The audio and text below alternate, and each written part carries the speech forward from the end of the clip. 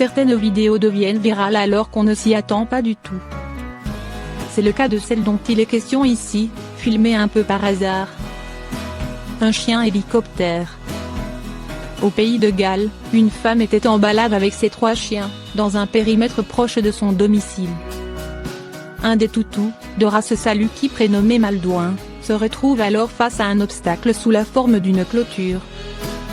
Son humaine l'encourage à sauter et le chien s'élance en remuant de la queue, comme s'il était un hélicoptère. Filmé, le chien réussit haut la main son magnifique saut et a fait le bonheur des réseaux sociaux où la vidéo a déjà été vue plus de 7 millions de fois. Un succès total pour Maldouin le chien hélicoptère. On vous laisse admirer cette prouesse canine. Coronavirus, comment la maladie impacte indirectement les animaux de compagnie. Les chiens et chats ne peuvent pas contracter le coronavirus Covid-19, mais leurs propriétaires sont en danger, et donc, eux aussi. Cela vaut la peine d'être rappelé, les chiens et chats ne peuvent pas contracter le coronavirus Covid-19. Ils peuvent tout au plus contracter le coronavirus du chien ou du chat, mais il n'a rien à voir avec la pandémie actuelle, et est sans danger pour l'humain. Toutefois, les animaux de compagnie sont bel et bien en danger pendant cette période particulière. Pourquoi?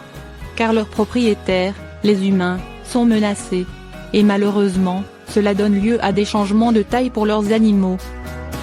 Dans la majorité des cas, les animaux de compagnie sont entre de bonnes mains, et restent tranquillement à la maison avec leurs propriétaires pendant le confinement. Mais l'impact sur les animaux de compagnie est bien réel, et a des conséquences pour bon nombre d'entre eux. Les refuges ne peuvent plus recevoir d'animaux. En cette période de confinement, les refuges ne peuvent plus accepter de nouveaux animaux. Or, cela risque de donner lieu à une augmentation des abandons hors refuge. Ces animaux devront essayer de s'en sortir par eux-mêmes, ou potentiellement rester dans des maisons où ils ne sont plus les bienvenus. Il est plus que probable que des portées de chiots et chats errants voient le jour sous peu, sans que les refuges ne puissent les prendre en charge pour le moment. Bien entendu, le personnel des refuges s'occupera des animaux déjà pris en charge, même si les fonds des refuges risquent d'en pâtir. Il est aussi probable que les familles d'accueil soient moins nombreuses en ce moment, car les conditions de vie de tout le monde ont été impactées. Et c'est sans penser aux animaux dont les propriétaires, atteints du coronavirus, doivent être hospitalisés. Souvent, ces chiens et chats se retrouvent sans personne pour les nourrir et les sortir, surtout si leur propriétaire n'a pas l'occasion de s'organiser ou de contacter ses proches pour les avertir de la situation. Les demandes d'euthanasie ont augmenté. Malheureusement, on constate une augmentation des demandes d'euthanasie des animaux de compagnie dans certaines régions du monde.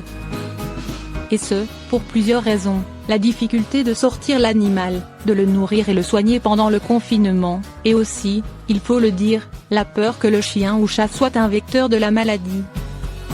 Ce qu'il n'est pas, bien entendu. Pour le moment, les vétérinaires et animaleries sont encore autorisés à recevoir du public en France, même pendant le confinement. Alors cela reste encore possible de soigner et nourrir son animal. On peut aussi continuer à promener son chien en respectant certaines règles pour sa santé et celle des autres. Et pour divertir votre animal pendant le confinement, lisez notre article dédié aux activités pour occuper son chien à l'intérieur de la maison.